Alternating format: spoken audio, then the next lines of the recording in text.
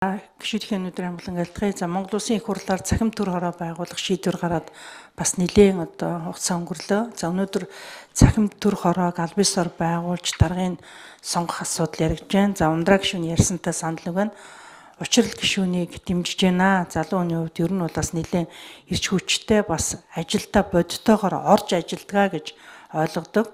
За цахим төр хороо бол тодорхой асуудлыг судалж санал боловсруулаад дүнг нэгдсэн хуралдаанд танилцуулах ийм үүрэг бүхий чиглэлтэйгээр улсын хурлын тухай хуулийн 25 дугаар зүйлд заасан байдаг. Тэгэхээр энэ төр хорооны маань одоо гол үүрэг бол өнөөдөр Монголын нийгэмд цахим орчин маань хууль эрхцэн орчин байхгүй, замраагүй байгаа, иргэд маань бодит мэдээлэл авч чадахгүй байгаа энэ одоо байдлуудыг цэгцэлж замраатай болгоход их чухал үүрэг гүйцэтгэнэ гэж одоо ойлгож байгаа.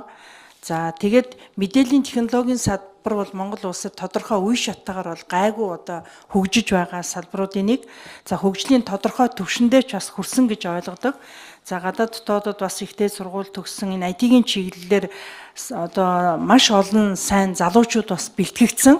Тэгэхээр эднэрийн одоо хүмүүстэй уулзаж бас их хурлын гишүүдийн төр хороо маань эднээс санал бодлыг авч хууль эрхцэн орчноо илүү боловсронгуй болгох төр онцгой одоо анхаарч ажилласаа гэж ингэж хүсэж байгаа. Мэдээллийн сангийн одоо нэгдсэн баазыг бий болгох төрийн бус байгууллагууд энэ одоо мэдээлэл давхардуулж байгаа энэ байдлуудаа ялгаж салгахад бол бас илүү зөв болж иргэдэд илүү бодиттой мэдээлэл хүрэх ийм одоо боломж бүрднэ гэж үзэж байгаамаа. Тийм учраас учрал гишүүнийгээ энэ одоо ажлуудыг маш хариуцлагатай сайн хийж чадна гэж одоо итгэж байгаа учраас байнгын орны дарга дээр дэмжиж байна.